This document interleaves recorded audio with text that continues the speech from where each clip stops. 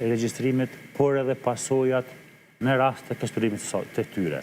Dhe cilit do prej tyre ka shkollim mbi mesataren e që nënkupton që ndërrimi i rezultatit të votimit paraqet vepër penale. Prandaj kjo nuk mund të arsituhet.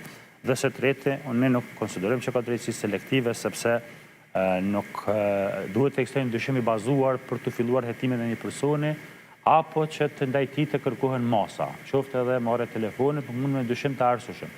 Ne kemi po rastin sot, kur kemi disa vepra për cilat janë filluar hetimet, por unë besoj profesionalisht që këtu do të zgjerohen, përveç marrjes së rishfetit në zgjedhje, normalisht edhe dhënjes dhe marrjes së rishfetit si vepra të veçanta që përcakton Kodi Penal, sepse kemi persona të cilët kanë dhënë rishfet, por që s'kanë qenë komisioner.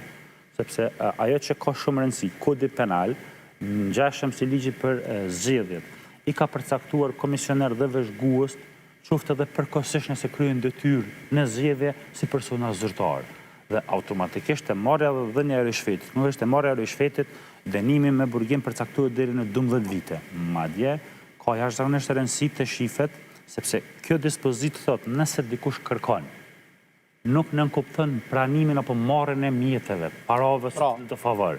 Kur e kemi diskutu çështjen e manipulimit rezultatit, dënimi kemi thënë që është deri në 5 vjet burgim. Por tash mund të rritet dënimi deri në 12 vjet për shkak të dhënies apo marrjes së rishfetit.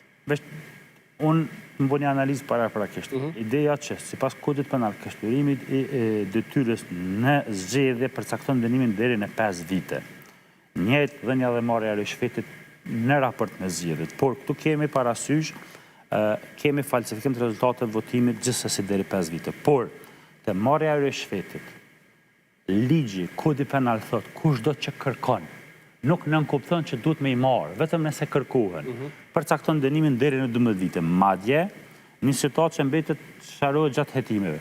Kur vlera e kësaj kërkese të i kalon shumë në 15.000 euro, ligji ka përcaktuar mundësinë e shqiptimit dënimit deri në 12 vite. Flas për Kodin Penal. Së dyti, sepse kemi dy